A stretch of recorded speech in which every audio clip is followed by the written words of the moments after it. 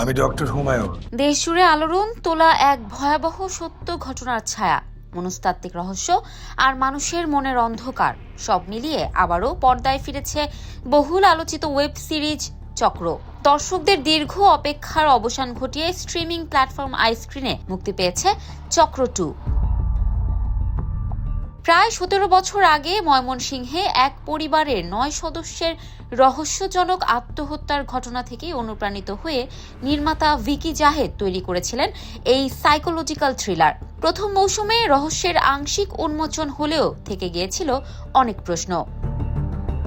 দ্বিতীয় মৌসুম শুরু হয়েছে ঠিক সেখান থেকেই যেখানে শেষ হয়েছিল আগের গল্প।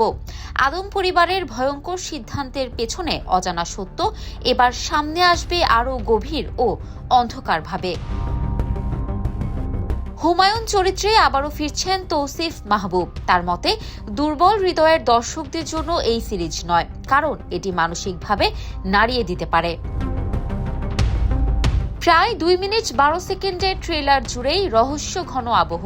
পোস্টারেও তৌসিফ মাহবুবকে দেখা গেছে ভিন্ন এক ভীতিকর রূপে। মাথাবিহীন রক্তাক্ত দেহ, এক হাতে চাপাতি, অন্য হাতে কাটা হাত। আইস্ক্রিনের ফেসবুক ও ইউটিউবে ট্রেলার শেয়ার করে লেখা হয়, সবচেয়ে ভয়ঙ্কর শয়তান বাইরে নয়, মানুষের মস্তিষ্কের গভীরেই বাস করে। নতুন মৌসুমে যুক্ত হয়েছেন আজমেরি হক বাঁধন।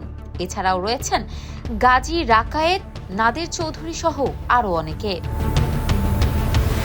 ইফফাত আরা আইরিন, ক্যাম্পাস টাইমস।